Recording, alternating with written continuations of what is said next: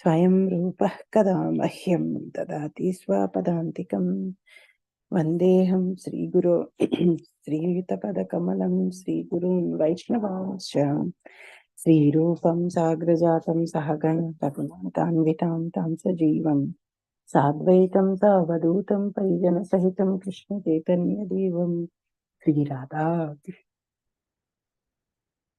पादान् सहगण ललिता श्रीविशाखान्वितांश्च हे कृष्ण करुणा सिंधु दीनबंधो जगत्पते गोपेश गोपिका कांता राधा कांता नमोस्तुते तप्त कांचन गौरांगी राधे वृंदावनेश्वरी वृषभानुसुते देवी प्रणमामि हरिप्रिये वाञ्छाकल्पतरुभ्यश्च कृपा सिन्धुभ्यैव च पतितानां पावनेभ्यो वैष्णवेभ्यो नमो नमः। हे श्री कृष्ण चैतन्य प्रभु नित्यानंद श्री अद्वैत गदाधर श्रीवासादि गौर भक्त वृंदा हरे कृष्णा कृष्णा कृष्णा हरे हरे हरे राम राम राम हरे हरे। ओम नमो भगवते वासुदेवाय। ओम नमो भगवते वासुदेवाय। ओम नमो भगवते वासुदेवाय। नारायणं नमस्कृत्य नरं चैव नरोत्तमं देवीं सरस्वतीं व्यासं ततो जयमुदीरयेत्. We are reading chapter 15 of 6th canto and from 24th verse. So as we all know, Chitraketu did a lot of prayers to beget a son because he doesn't have son. He has many wives, but he did not get a son. So he got a son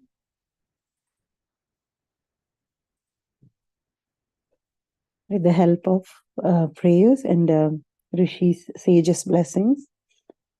But that son was killed because of the enviousness of other wives of Chitraketu. And then Chitraketu and his wife are immersed in sorrow and lamentation. Then Angirasa Muni and Narada Muni come to Chitraketu and try to enlighten him about the material life. So now Narada Muni is speaking to Chitraketu.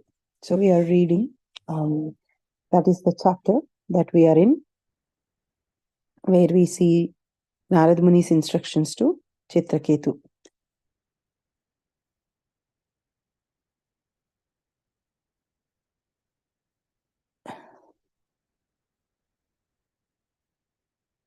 So he himself also asks, like, you are great personalities, you can give me real knowledge. I'm as foolish as village animal like a pig or a dog because I'm merged in the darkness of ignorance. Chitraketu is also actually feeling that he's not doing the right thing by getting immersed in lamentation. So he asks, and Angirasa Muni starts speaking because of the blessings of Angirasa Muni, he begets a son. So Angirasa Muni tells, like, I could have told this to you earlier itself, but at that time you are completely immersed in the material desire of having a son. So you don't have a right state of mind to receive the instructions. So he just blesses him to have a son and then goes. So now when he is seeking, asking them to remove the ignorance, Angirasa Muni and Narada Muni are giving instructions to King Chitraketu. So this 24th verse. दृश्यमाना विना तेन न दृश्यन्ते मनोभवा कर्मभिर्ध्यायतो न ध्यायतो नानाकर्माणि मनसो भवान्. Drishyamanaha, being perceived, vina, without, arthena, substance or reality, not, drishyante, or seen, manobhavaha, creations of mental concoction, karma bihi, by fruitive activities, dhyayataha, meditating upon, nana, various, karmani, fruitive activities, manasaha, from the mind, abhavan, appear. Translation and put by Srila Prabhupada ki jai. These visible objects like wife, children, and property are like dreams and mental concoction. Actually, that we see has no permanent existence. It is sometimes seen and sometimes not. Only because of our past actions do we create such mental concoctions, and because of these concoctions, we perform further activities. Everything material is a mental concoction because it is sometimes visible and sometimes not. At night, when we dream of tigers and snakes, they are not actually present, but we are afraid because we are affected by what we envision in our dreams. Everything material is like a dream because it actually has no permanent existence. Srila Vishwanath Chakravarti Thakura writes as follows in his commentary. अर्थेन व्याघ्रः सर्पादीन विनैव दृश्यमानः स्वप्नादिभङ्गे सति न दृश्यन्ते तदेवं दारद दरादयो वास्तववस्तुभूतः स्वप्नादयो वस्तुभूतश्च सर्वे मनोभवाः मनोवासना janayatvan manobhava. At night, one dreams of tigers and snakes, and while dreaming, he actually sees them. But as soon as the dream is broken, they no longer exist. Similarly, the material world is the creation of our mental concoctions. We have come to this material world to enjoy material resources, and by mental concoction, we discover many, many objects of enjoyment because our minds are absorbed in material things. This is why we receive various bodies. According to our mental concoctions, we work in various types, desiring various achievements, and by nature, the order of Supreme Personality of Godhead, Karmana Daivanetrena, we get the advantages we desire. Thus, we become more and more involved with material concoctions. This is the reason for our suffering in the material world. By one kind of activity, we create another, and they are all products of our mental concoctions. So this is highly technical details about how the material world works. But when we are completely engrossed in material desires or material relationships, these concepts of philosophy really does not go through us because we won't be able to receive it as we are not in that plane. But still, we should be listening because by listening to the rishis and sages and guru, even though we don't understand those concepts, at least it sits in our mind. And when we get purified by our chanting, those concepts make sense to us. So we should not stop. We should not stop, or we shouldn't. We should not say that these kind of things. Oh, this is all. This may not be true. How can this happen? This is not, because many devotees try to go to the advanced topics and try to understand, and they cannot understand. Then they think that either devotional service is not for them, or it is not true, or they are mistakenly coming to this path, or some people they give up there. So see, if we are in elementary school and if we are trying to read a theorem of math which is given in the PhD level, when anybody comes and explains to us also, even though it looks like we understood, the person in the elementary school don't understand it at all. Because he cannot understand that, we should not say that the theory is wrong. We should understand that I'm still not qualified to understand that. So these concepts are like that. Many people try to go to the Rasa Panchadhyaya or very highly technical subject matters, and then they say that, oh, this is not happening, this is not true. How come this is true? So this is that mentality is something which we have to keep aside and try to understand the Guru and Acharyas. So here, neither Angiras Muni nor Narada Muni have any other purpose to say something which is not not true, or which is fictitious, or which they don't need to write a fiction and tell something. So these are all concepts. So here They are saying these visible objects like wife, children, and property are like dreams and mental concussion. So the duration of these things, the duration of our association with our material relations is like just is very, very short. So it's very short. It appears like a dream and a mental concoction. Actually, what we see has no permanent existence. None of these things have no permanent existence. It may be it may sound too harsh, it may sound disheartening, but that is true. That is 100% true. We spend all our life for our family, for our children, spouses. Some of us, we dedicate everything and we get so worried if something little happens. But unfortunately, none of these are permanent. The nature of material things is that either we will leave them or they will leave us. They have a beginning and an end. That is for sure. So it's when people from the higher planetary systems, they look at us, our lives, they think that, oh, it is going to last only for a short time. For this, why this person is giving up something which is going to last forever with him? Why he is acting as a fool? It's just like a dream. Its duration is very short. Only because of our past actions do we create such mental concussions, and because of these concussions, we perform further activities. So we think that the real happiness is engaging in these material things. So we all start desiring for so many material things, thinking that, oh, right now I am suffering because I don't have a good bed to sleep. Maybe once I get a good bed to sleep, I will sleep so nicely. Then my sufferings of not sleeping will go away. Let us assume, let us just take that example.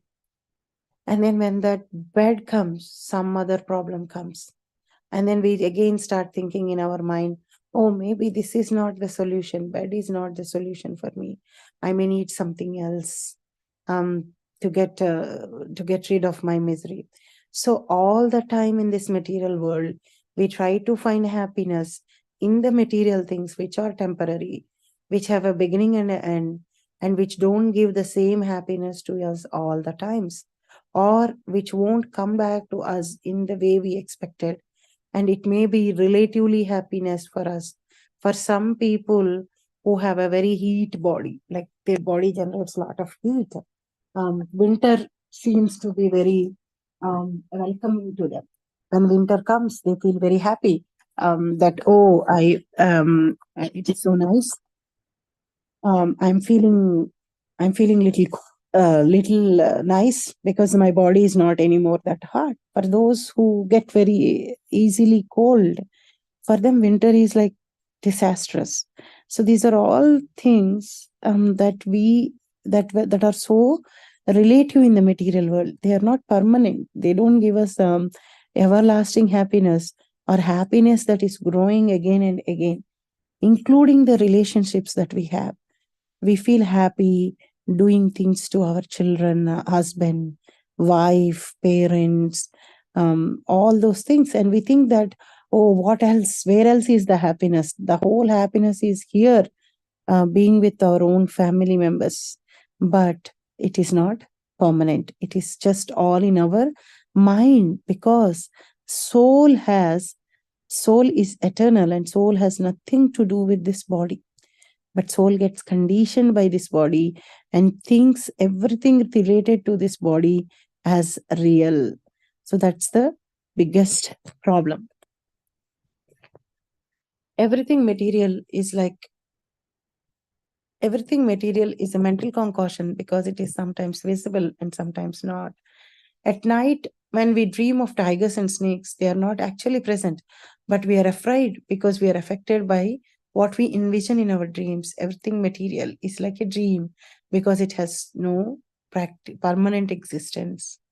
So all these material things does not have permanent existence. And whatever the suffering or happiness that we are feeling, we think that we are having around this is not permanent. Srila Vishwanath Chakravarti Thakura writes as follows in his commentary. At night, one dreams of tigers and snakes, and while dreaming, he actually sees them. But as soon as the dream is broken, they no longer exist. Similarly, the material world is a creation of our mental concoctions. We have come to this material world to enjoy material resources, and by mental concoction, we discover many, many objects of enjoyment because our minds are absorbed in material things. Because we are conditioned, we are actually eternal living, eternal beings. But because our subtle and gross body is engaged in the material things, is absorbed in the material things, our mind is proposing to us that engaging in these various relationships, engaging in these various material objects, engaging in these various material actions is going to give us the real happiness.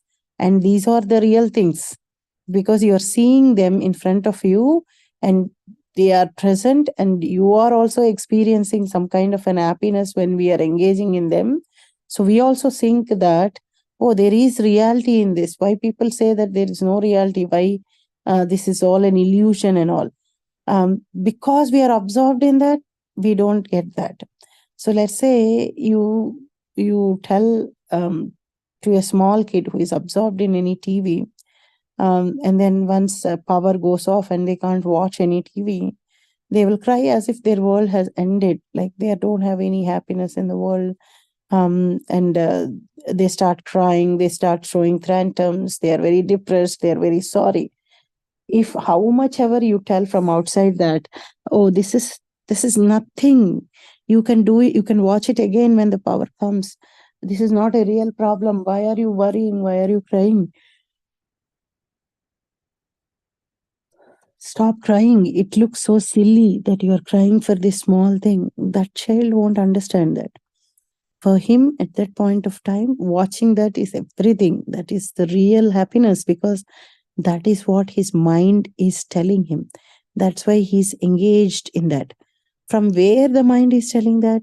The mind is giving that suggestion to us that this is real, this is the happiness, you need to engage in all these actions to be happy, is because mind has got accustomed to that from so many lifetimes. From so many lifetimes, we are all nitya baddhas, eternally bounded.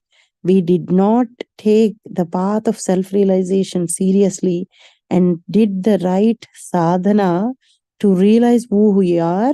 So that's why what is happening? The mind is taking control of us, and mind is proposing the things that this is the happiness, this is the happiness. So people run behind those mental concoctions. I've seen many people, they worry because there is something in their mind. When we are looking from outside, for us, who have a clear thought process, who have knowledge, who has real understanding, will see that whatever they are worrying for, whatever is the cause, is so temporary and so unnecessary that they should not be worrying. But when you hear their words, it doesn't appear like that. It appears from their mouth, from their words, as if their world has ended. It is all in their mind. They need to control their mind. So sometimes many devotees, they share how if anybody insulted them, that person might have insulted only once, and then he left, they also left that part, that program and their home. And then, but that person is not inside their home, that person is not saying anything to them at that point of time, but still they go down into lot of sorrow, thinking about the words that person has said a couple of hours back. And he's not here right now, and he is not saying those things right now, but still they feel as if it is happening right now to them, and they give up everything and they start worrying about it, or they'll start planning and plotting to do something to the other person, because all of it is in their mental, it's there in mind, and then mind is kind of repeatedly telecasting those thoughts and telling that you need to feel sorrow, he has insulted you. But reality, we are souls and we are not bodies. Anybody who realizes that, they mana apamanyu, they will be equal in mana and apamana. They will be equal in sad and happiness because they realize that they have nothing to do with this material body. So it is how we all get scared in the dreams by watching a tiger or a snake. As soon as the dream goes away, um, we don't see them anymore. As soon as this life passes away, all these things that we are seeing so much dear to us will not be any more dear to us when we leave this body and we take another body. And then another set of things become very dear to us. Even though all these things from our previous life are in front of us, we will not feel any kind of dearness towards them because we don't have in the same mindset. Now the mind is showing us a different dream. We are in a different body, and it is saying that this body is real, and the relationships with respect to this body are real. The desires with respect to this body are real. Like how Indra, he is actually king of the Devatas. He lives in a palace which is very opulent. He eats food which is very opulent. When once he was cursed to become a pig, he was eating stool, and he has number of children. Brahma and all come and tell him, Indra, your your your curse has been done. Now come back. But Indra enjoys eating the stool. Indra enjoys being with his children in that place where it is full of filth, and he thinks that it is real. So that is how our mind makes us feel that we are this body, and the things related to the body, the desires related to the body, are very real. And what do people do to fulfill the desires related to the body? They start hurting each other.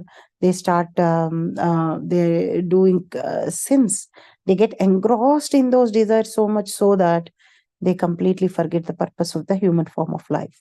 The human form of life with higher consciousness is given to us to know God, to know us, to know our relationship with Krishna, revive that relationship with Krishna, and go back to our original house.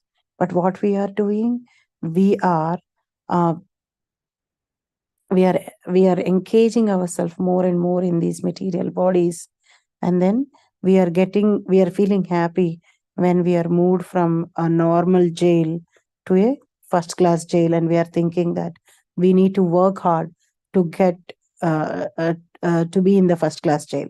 That's how many people, they engage in karma kanda. They do lot of fruitive activities so that they can go to swarga, or they can live in this world happily. And that is what it is, everything. And how do we also say that they are lucky people?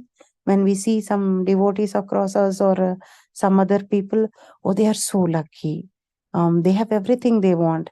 They don't have any miseries at all. They have all the opulences. They are very happy. So we also think that the happiness, the lucky, the fortunate persons are those who have lot of opulences, who have lot of material wealth, or a good material body, or good material fame. We think that those are the real fortunate persons, but actually those are most unfortunate persons, because those material wealth, those material opulences are taking them more and more away from the reality, from the real purpose of the human form of life, and making them engaged in the bodies they have, and work for those bodies, and work for the happiness of those bodies. So we need to remember the real purpose of the human form of the life always, and not get carried away by our material bodies and the relationships or the desires related to that. We work in various ways, desiring various achievements, and by nature and the order of the Supreme Personality of Godhead, we get the advantages we desire. Thus, we become more and more involved with material concoctions. This is the reason for our suffering in the material world. So, Krishna is approving our desires, Krishna is approving our endeavors. He is doing so because he has given us free will. It is not that he is liking that. So we also might have experienced those who have children, or those who have some kind of somebody who they have to take care. how much ever we tell, sometimes those kids don't listen and they think that giving those things is the real happiness. So sometimes we give those things to them to realize later that they are not really happy. They are not going to give them the real happiness. But some kids realize that, some don't realize. So some jivas realize that these material things are not going to give me real happiness. And some living entities don't realize that. And when their material desires or material achievements are reached, they get more and more involved in them, thinking that, oh, this is real. This is going to give me a lot of happiness. And actually, it will end up in suffering. That is the real reason of suffering, because now we are in so much so in achieving our material desires that the time to leave the body will come. And at the time of leaving that body, we are still not done with our material desires. So we will be still desiring of something. And by leaving the body also, we will be thinking about that desire. And then we are in the process of making another body. With whatever the desires that we did not fulfill, we take a body to fulfill those desires, and we will be rotating here in this material universe, universe after universe, creation after creation, taking millions and millions of material bodies, and for each body, designing a different set of desires, different set of achievements, different set of endeavors, different set of family, different set of relations, living in that, working for that, and again going into another set. This is what we have been doing from millions of years. And if we are not careful of human form of life, if we are not careful of the path that we are in right now, Krishna consciousness path, and take the things so seriously, we will not be able to come out from this cycle, and we will be dreaming one dream after the another, one dream after the another, and then we will be going from one life to other. This is the reason for our suffering in the material world. By one kind of activity, we create another, and they are all products of our mental concoctions. So this is what Angirasa Muni is telling Chitraketu Maharaj. Verse 25. Ayam hi dehino deho dravyajnana kriyatmakaha dehino vividha klesha santapakrud udahrutaha. I am this he, certainly, Dehinaha, of the living entity. Dehaha, body, Dravya Gnana Kriya Atmakaha, consisting of the material elements, the senses for acquiring knowledge, and the acting senses. Dehinaha, of the living entity. Vividha, various, Klesha, sufferings. Santapa, and of pains. Krut, the cause. Udahrutaha is declared. The living entity in the bodily conception of life is absorbed in the body, which is a combination of physical elements, the five senses for gathering knowledge, and the five senses of action, along with the mind. Through the mind, the living entity suffers three kinds of tribulations: Adibhautika, Adidaivika, and Adhyatmika. Therefore, this body is a source of all miseries. Many people don't get that. When we say this body is a source of miseries, they think that the philosophy is very disappointing, discouraging. And they thought that they have come to our programs to know how we can be happy in this material body, how we can fulfill all our desires, how I can get more and more opulence, more and more happiness. And we come and we say that this body is full of miseries. This body is going to give you sadness only. This body is going to make you more and more bondage. Then they will think that, oh, we came to the wrong place. We have to change.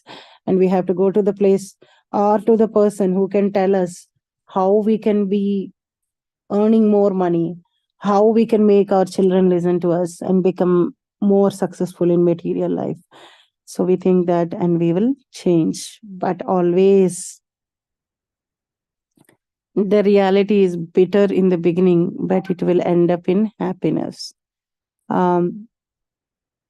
The things that which are not good for us are always happy in the beginning. We get attracted to that happiness and it ends up in miseries. Little we realize that intelligent persons realize by just listening, not by experiencing. There are three kinds of people. When something is happening to others, they realize, and then they also get they start going on the right path. Like when they see that the teacher is punishing a boy for doing a wrong thing, nobody needs to tell them not to do the wrong thing. They will automatically do the right thing to escape from the punishment, and they will move away. There will be a second person who don't realize when the teacher is punishing the other person. He starts doing that, and when the teacher shouts saying that you're going to get punishment if you do that, he will stop it. He will take that instruction very seriously because the teacher has told him directly, and then they will stop. And there is a third person. He will only learn when it happens to him, when he get punished. And there is another person, he will not even learn after getting the punishment, and repeatedly does that. So this body, whether we accept or not, whether we realize or not, it is a source of all miseries. Dukkhalayam, asaspatam. And three kinds of miseries nobody can escape. Adi bhautika, adi daivika, adhyatmika. Miseries with respect to our body and mind, miseries that are given to us by our relatives and family members, miseries that we encounter with natural calamities. So you all may be knowing there are so many natural calamities, however opulent you are, however famous you are, however rich you are, however a good person you are. When a storm comes, when a cyclone comes, water comes to everybody's house. It won't skip your house. If the water is coming to your street, it won't skip your house because you have a lot of A1 furniture, or like you are somebody who is very famous in this material world.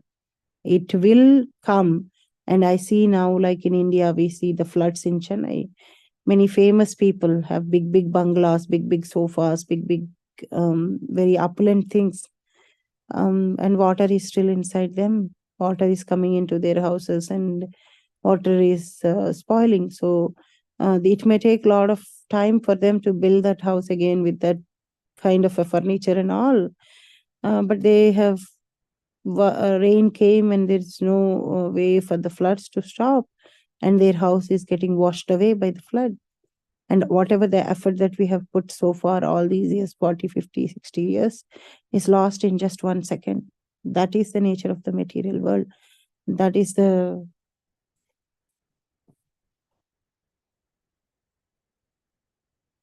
thing nobody can escape. In the fifth canto, 5.5.4, while instructing his sons, Rishabhadev said, Asan api kleshada asadehaha. The body, although temporary, is the cause of all the miseries of material existence.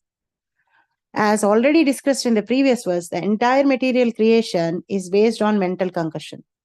The mind sometimes induces us to think that if we purchase an automobile, we can enjoy the physical elements such as earth, water, air, and fire combined in the forms of iron, plastic, petrol, and so on. Working with the 5 material elements, Panchabhutas, as well as with our 5 knowledge-gathering senses like the eyes, ears, and tongue, and our 5 acting senses like hands and legs, we become involved in that material condition. Thus, we are subjected to tribulations known as Adhyatmika, Adidaivika, and Adibhaudika. The mind is the center because the mind creates all these things. As soon as the material object is struck, however, the mind is affected and we suffer. For example, with the material elements, the working senses and the knowledge-gathering senses, we create a very nice car. And when the car is accidentally smashed in a collision, the mind suffers, and through the mind, the living entity suffers. The fact is that the living entity, while concording with the mind, creates the material condition. Because matter is destructible, through the material condition, the living entity suffers. Otherwise, the living entity is detached from all material conditions. When one comes to Brahman platform, the platform of spiritual life, fully understanding that he is a spiritual soul, Aham Brahmasmi, he is no longer affected by lamentation or hankering. As the Lord says in Bhagavad Gita, Brahma Bhuta Prasannatmana Sochati Nakangshati. One who is thus transcendently situated at once realizes the supreme Brahman and becomes fully joyful. He never laments or desires to have anything. Elsewhere in Bhagavad Gita 15.7, the Lord says, Mamayvamsho jiva loka jiva bhuta sanatana manasastani indriyani prakrutistani karshati. The living entities in this conditioned world are my eternal fragmental parts. Due to conditioned life, they are struggling very hard with the six senses, which include the mind. The living entity is actually part and parcel of the Supreme Personality of Godhead and is unaffected by material conditions. But because the mind, mana, is affected, the senses are affected, and the living entity struggles for existence within this material world. So the same thing that we have discussed in the previous verse, Prabhupada is explaining here with respect to this verse, how this material body is a source of miseries. So it is our mind which creates this feeling to us that having this material thing is going to give us happiness. And we work hard to achieve that material thing. And then when that material thing comes to us, like let's say many of us now are influenced by so much by social media. Before, people are very calm and composed, and whenever means they have their own family, and then they used to take care of the family, engage themselves in spiritual things, and people are aware that this material life is temporary and they just have to do their prescribed duty and not too much involved in that, not too much endeavor to have everything, whatever they see in the market should be in their house.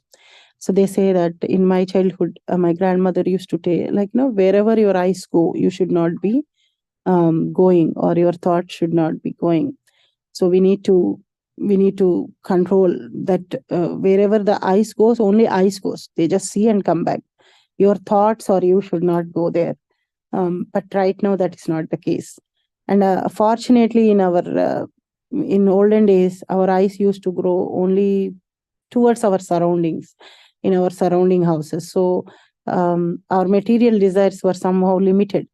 Now, because of the social media, our eyes go everywhere, even to a place which is thousands and thousands of miles away. And then we start looking at their lives, at the things that they have, or uh, or or the places they are living, or in the TVs, the advertisements that we see. They repeatedly make us feel, they bombard on us that having that thing is going to make your life happy. And then we also fall in that trap. And then we work hard with all our means to acquire that. And once we acquire, we have imagined that it will give us so much happiness. So the material thing's nature is that many times whatever we desire, that won't get fulfilled. Just because I am desiring, let's say I'm desiring to become the president of USA. Just because I'm desiring, it won't happen. And even if I work for it, sometimes it won't happen. So all the material desires, the moment we start desiring for that, our suffering has started. Because we will be worrying about it till the moment we go there to achieve it. And we put a lot of hard work towards it. And then when after putting a lot of hard work also, sometimes we may not get what we desire. So the suffering continues. So for some people, they may get what they desire, but they may not get the happiness what they have desired. They bought the car, but they thought that when they saw the pictures of the other driving in that car, they looked very happy. Their faces are very happy. The kids are enjoying. The kids are enjoying and then shouting and all those things. But you may not be enjoying the same way, the same thing when it was given to you. So the material happiness that we have desired may not come back, may not be the same what we have received. And what happens? Let's say you have received that also. So you have desired for something, you have worked hard for that thing, and you have achieved that. And it is also giving you the happiness that you thought it will give you. And then after few days, the object is not giving you the same happiness what you thought that it should be giving. That means the happiness is fading away. That is the nature of the material things. You won't be feeling same happiness with the material thing again and again and again and again and again. Let's say you like gulab jamun and you did not eat gulab jamuns for 1 or 2 months because of some and then after that somebody is feeding you gulab jamun and taking it away from your plate, saying that, oh Mataji, I don't know, you're fasting, right? So I'm taking the gulab jamun away.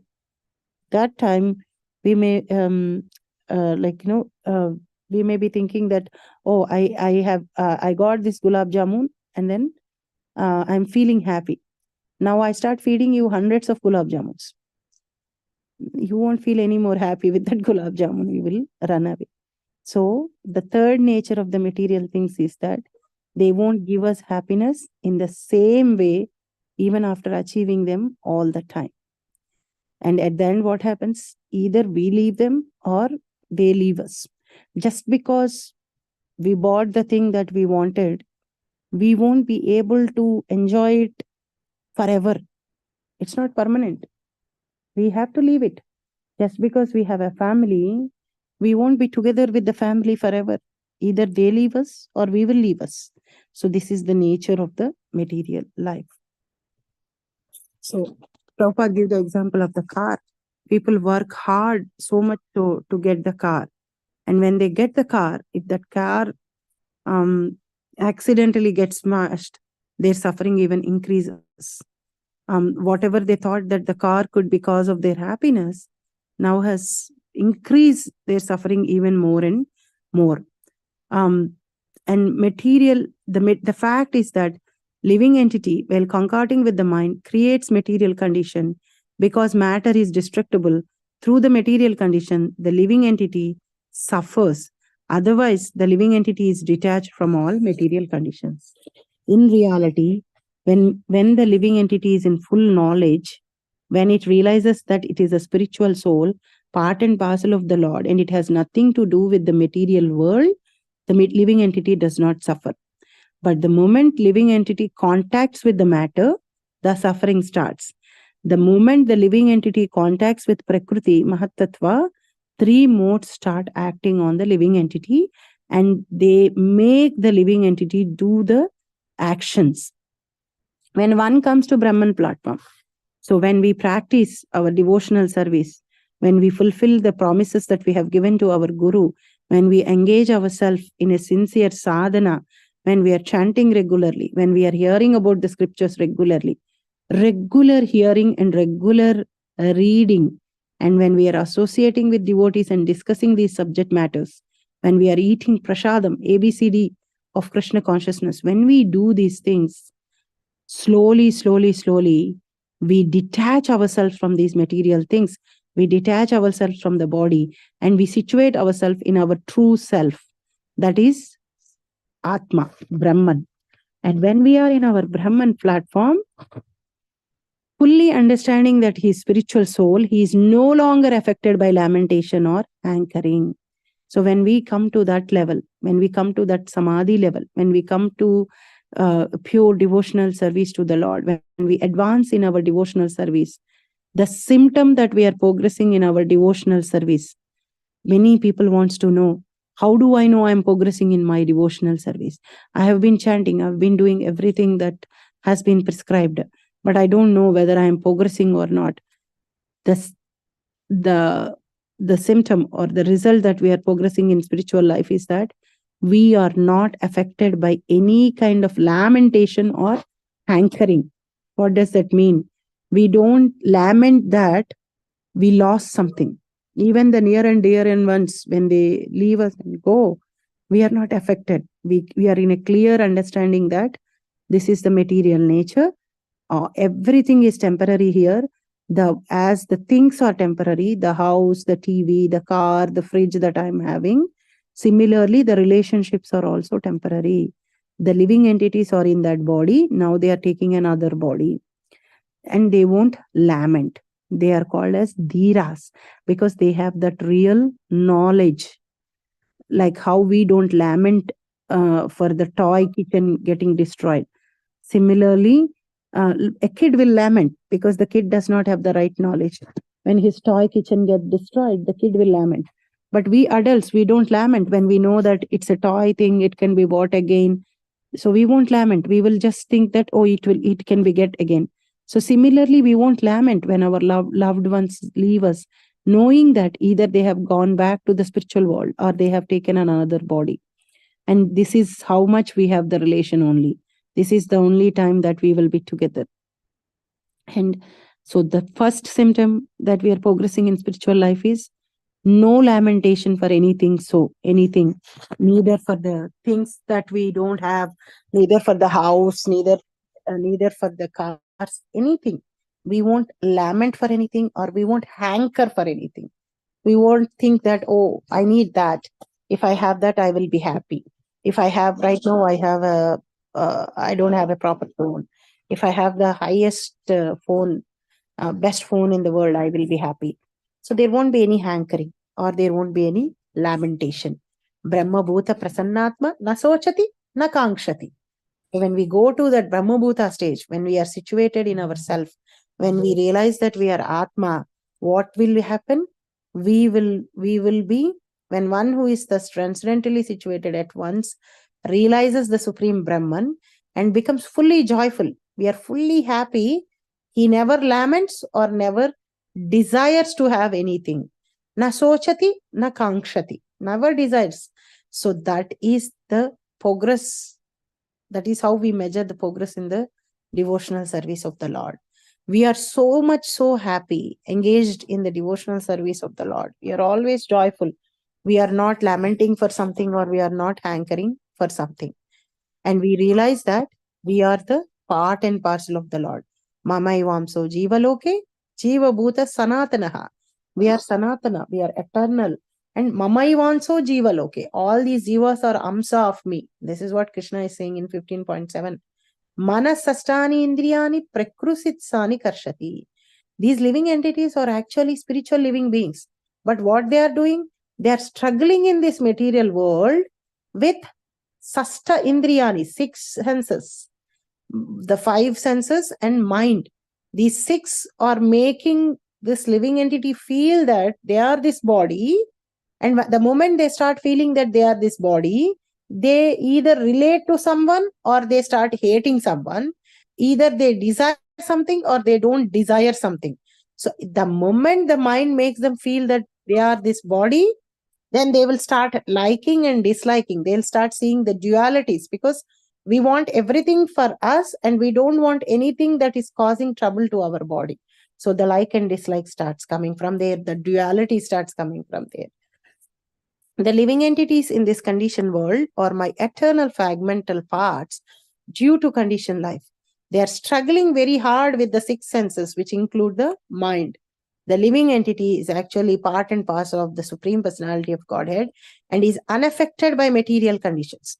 But because the mind is affected, the senses are affected. So actually, soul is not affected.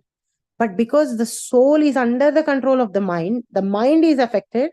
So the mind is ruling the soul. The mind is telling the soul.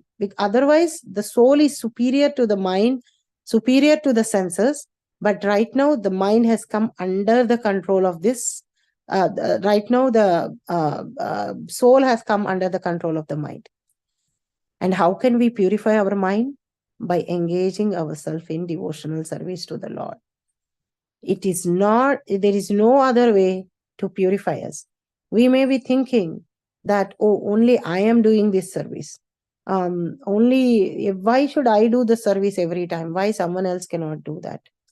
We won't say that. If somebody says that, if we are getting more of happiness, we won't say that, why only me? But when we have to do something, we will say that, why only me? Because we don't know the benefit of doing that. Actually, we are the one who are getting benefited when we engage in some kind of a devotional service, whatsoever it may be, however difficult it may be. If we get an opportunity to render devotional service to the Lord, we should not compete with others. We should not compare with others. We should not be giving the reasons for not doing that, for any kind of materialism. We should not bring the comparison that we do in the material world into the devotional service, because doing the devotional service is going to purify us, purify our mind. When mind gets purified, mind is not affected by these material conditions. When mind is not affected by these material conditions, we are taking control of the mind, and we will situate ourselves in Brahma Bhuta Prasannatma, that stage, self-realized stage. So whenever we get an opportunity, wherever we get an opportunity, we should render devotional service to the Lord. We should chant more. We should engage in the service of the Lord without any other ulterior motive. So I have this Nectar Drops book by His Holiness Radhana Swami Maharaj. So the service that we do to this, I have read long back, which has a very much impact on me.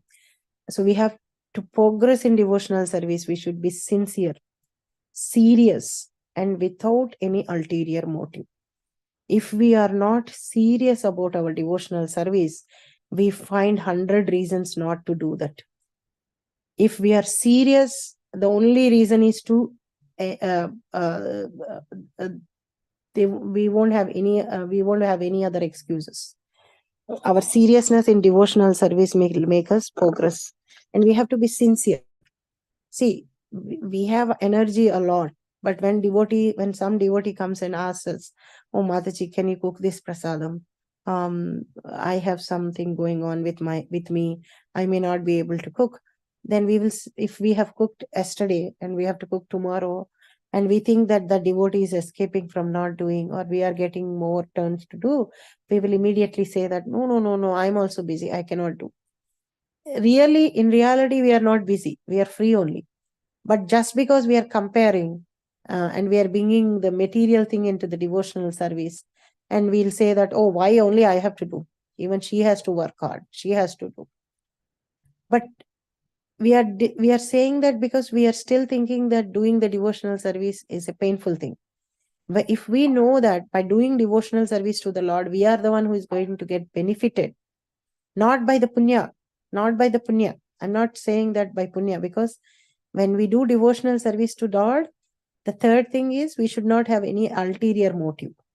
We should only do service for the sake of service, not for any other thing. Not that we get punya, not that I'll get name, not that I'll get fame, not that I'll make more contacts, more people will know me. There should not be any other motive. The only motive that should be is rendering service to the Supreme Lord. When we do sincerely, seriously devotional service to the Lord without any ulterior motive, our mind gets purified. When our mind gets purified, that's when we start realizing all these subject matters. Otherwise, all these subject matters looks very, very impossible for us. Very impossible. The other day, somebody was asking me, it is so difficult. People say in India, those who are eating salt and chili, they will have angry, they will have desires. Otherwise, they are not humans at all.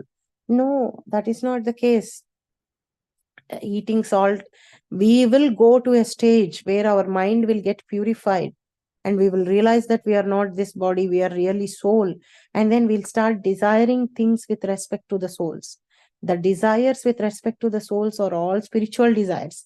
Because when we realize that we are a soul, we realize that we are eternal servants of the Lord. When we realize that we are eternal servants of the Lord, we want to serve Lord and get happiness. And all our desires will be with respect to the spiritual, with respect to serving the Lord. That is the stage we achieve when we purify ourselves, when we purify our mind, and when we situate ourselves in the Brahma Bhuta stage. So we can adapt that. We can voluntarily adapt that even now when we are in a conditioned state, by keeping only spiritual desires. And by minimizing our material desires to the daily needs only, not desiring more than to maintain this body, then desiring converting all our desires to spiritual desires, we cannot go to a stage where we don't have desires. As long as we are in this material body, we will have desires like how a river flows into the ocean. But what we can do, we can transform those desires from material desires to spiritual desires. And when we do that, when we purify, when we modify our desires to material desires, to spiritual desires, from material desires to spiritual desires, we are actually at the Brahmabhuta stage. We are actually acting at the soul stage. And the purification of us happens, and we will start understanding all these subject matters.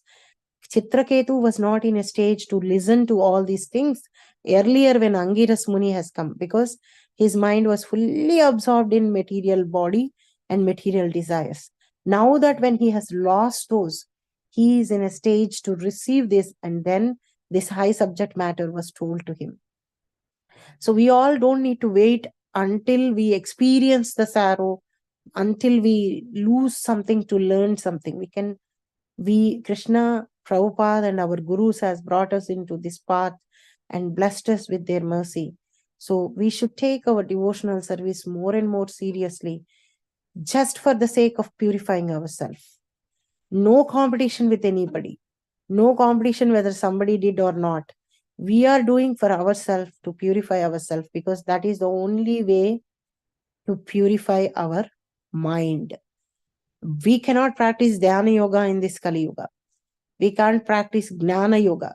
Many of us don't have time to read even 10-15 minutes a day. How can we perform a Gnana Yoga, read the scriptures, sit down and speculate and decide?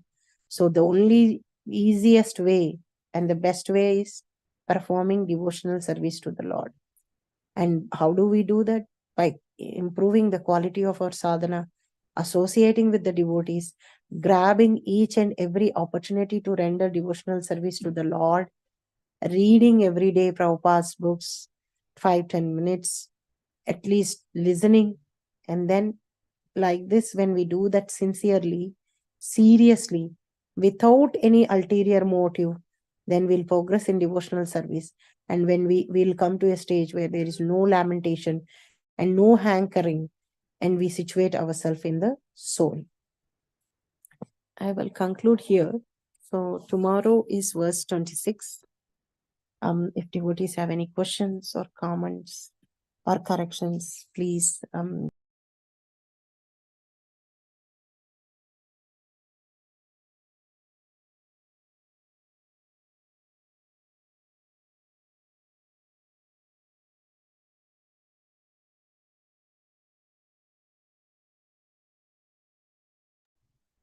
Hare Krishna Mataji, Dhanvat Pram. Such a beautiful class, Mataji, as always. And yesterday, late night, I reminded Mataji, and she agreed uh, to give class. So, thank you so much, Mataji, for this. You are always ready for services, as you mentioned in your class, that if we want to spiritual advancement, we should always be hankering for the Krishna service. So, thank you so much, Mataji. Hare Krishna. Thank you, Mataji. Krishna's mercy and Guru's mercy. Because of the congregation I'm in here, I'm so fortunate to be associated with devotees. And then we do, as I was telling last night to you also, devotees engage me in service. I do read for myself, but I read with many devotees. So in a day, with Krishna's mercy, I have 4 or 5 sessions of Bhagavatam reading. And Krishna arranges so nicely that I am at different places in with different sessions with different people. With some, I will be reading 6th canto. With some, I'm reading 3rd canto. With some devotees, I'm reading 10.76. So in that way, Krishna keeps me prepared always. And I don't think that I am smart or intelligent enough that I can speak anytime, anything. It's all Krishna's mercy and Guru's mercy that he knows that I may be able, I may get a chance to do a service on this. So he arranges me ahead with his arrangement, and with Krishna's mercy, I have lot of reading sessions in a day, which actually keeps me prepared all the time. Like in one reading session, we are reading Perfect Questions and Perfect Answers by Srila Prabhupada. In one reading session, we are reading Leelamrita, even in which Prabhupada speaks. In one session, we are reading Nectar of Devotion. In one session, we are reading, we do a Bhagavad Gita every day. So all these readings, Prabhupada's books readings actually helps us so much. So I always advocate devotees to engage in listening and reading.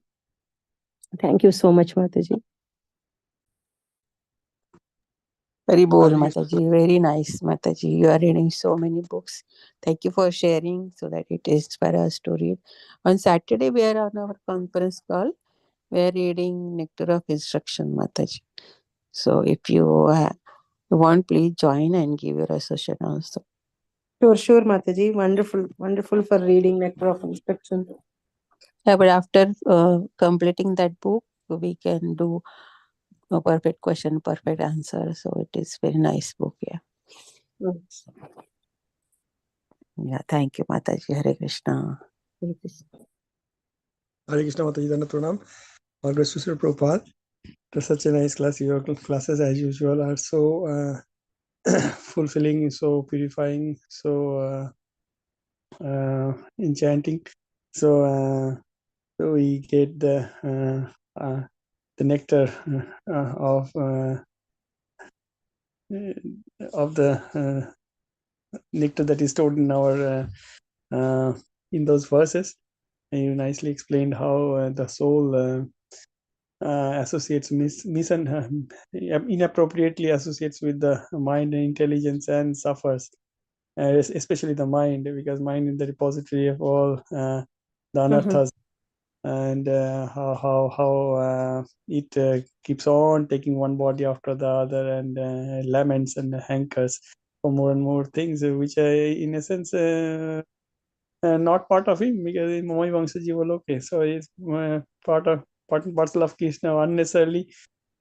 He keeps on increasing his bodily demands. The body doesn't belong. The body is temporary, so he's always serving the impermanent, and so that how he laments Brahmabhuta Prasadmatra is a perfect thing, and then they associating with the body and getting more and more thing. I mean, getting more and more attached with karma bandhan, with things associated with the body. Like it says that pumsastriya dhuni bhavametam tarmito mitho hridaya ganti mahur ata suta ata kshetra griha kshetra suta pitter. So once the male and the female meet, and they are attracted, and they get the kshetra, that field where to stay, and the griha, and the play, and the house, and the suta vittar, and then children, and wealth, and all this paraphernalia, and then janasamoho ayam aham mameti.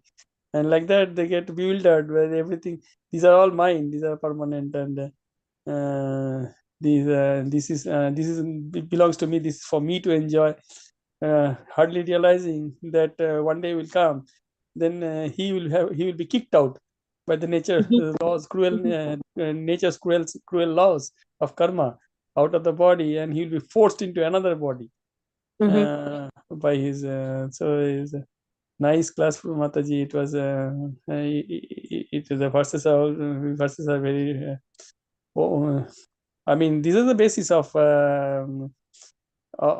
coming out of the bodily conception, and getting into the conception of the soul, and with the further understanding that the soul belongs to Krishna, and getting attached to Krishna. Nicely you said that unless the soul is unless we attach to our desires, our senses to something, our senses will be wandering here, because that is the nature of the senses. And then to attach it to Krishna, as you nicely are doing, and inspiring us to do more and more reading and listening and hearing sessions, so that of course you're with your service you're purifying others, but for our stage, at least hearing those classes will be so very beneficial, because hearing is the basis of all senses. So that's nice from Mataji. Thank you for your kind association and Nectarian class. Hare Krishna. Thank you. Thank you for this opportunity. Yes, Prabhu. Sravanam should go on every day. With all these reading sessions, we should every day should listen to Prabhupada, should listen to our Guru. At least two hours we should keep listening. I mean, people may think, oh, it's impossible, 2 hours. We will find somewhere, like while driving, like this in the morning classes. We should have a discipline of listening also. And I am always I always feel very inspired by Shamarasika Mataji and Prabhuji for being on call every day in the morning, starting their day with Srimad Bhagvatam listening. Is such a purifying thing. And all glories to your service, both of you, Prabhuji and Mataji, and Pooja Mataji, and Rupini Padmini Mataji, all of you. And you also, Parth Das Prabhu, you are there always in the call in the morning. All glories to all of your services. Yeah. And Hare Krishna, Satish Prabhu also, Mataji is always there too. Oh, okay, yes, Mataji. Yeah. I saw. Today he logged off, but he was there, yeah. Yeah, sure, Mataji. Because of all of you, Mataji, the speakers are so wonderful and they give so much nectar. So that's why we are here, Mataji. Hari Bol. Yes, Mataji. Actually, as Partha Prabhu said, listening from speakers is even more advantageous, because if we are not purified, we may not have realizations. But when purified souls are speaking, they speak their realizations, and we will understand it even more quickly. So listening is very, very important from devotees. And thank you for doing that service and enabling this service to everyone else also. Thank you, Mataji, and Prabhu. Manidhar Das Prabhu also, all glories. Yes, Mataji also there, always there, yeah. Thank you. All glories to all devotees and Adi Guru Prabhu. He started this call. And Rupini Padma Mataji, always with me. Yes. Thank you. Hare Krishna Mataji, all glories to Prophet and Guru Maharaj. Please accept my humble obeisances. Thank you for wonderful and nectarian class with deep explanation always, which really gives us right directions. And like I can say, it inspires and motivates us, everyone. So thank you for your deep classes, Mataji. Thank you, Prabhu. Krishna's mercy, Guru's mercy. Yes, thank you, Mataji. And also, I would like to appreciate Partha Prabhu also. Every time Partha Prabhu has some or the other question which makes us to learn more. So thank you, Partha Prabhuji, also for your all your mercy, Prabhu, and all the Uttamadikari speakers' mercies. Hare Krishna. Yes, Prabhu. Hare Krishna. We can conclude the session here, Prabhuji. And Mataji. Pancha kalpatarubhyascha Asindhuvevacha Pratitanam Pavanebhyo Vaishnavibhyo Namo Namaha. Anantakoti Vaishnavavrinda ki jai, Namacharya Shri Das Thakur ki jai, Shri Prabhupada ki jai, Granthara Srimad Bhagvatam ki jai, Her Grace Vanmalini Manjari Mataji ki jai. Thank you so much, Mataji. Hare Krishna. Thank you.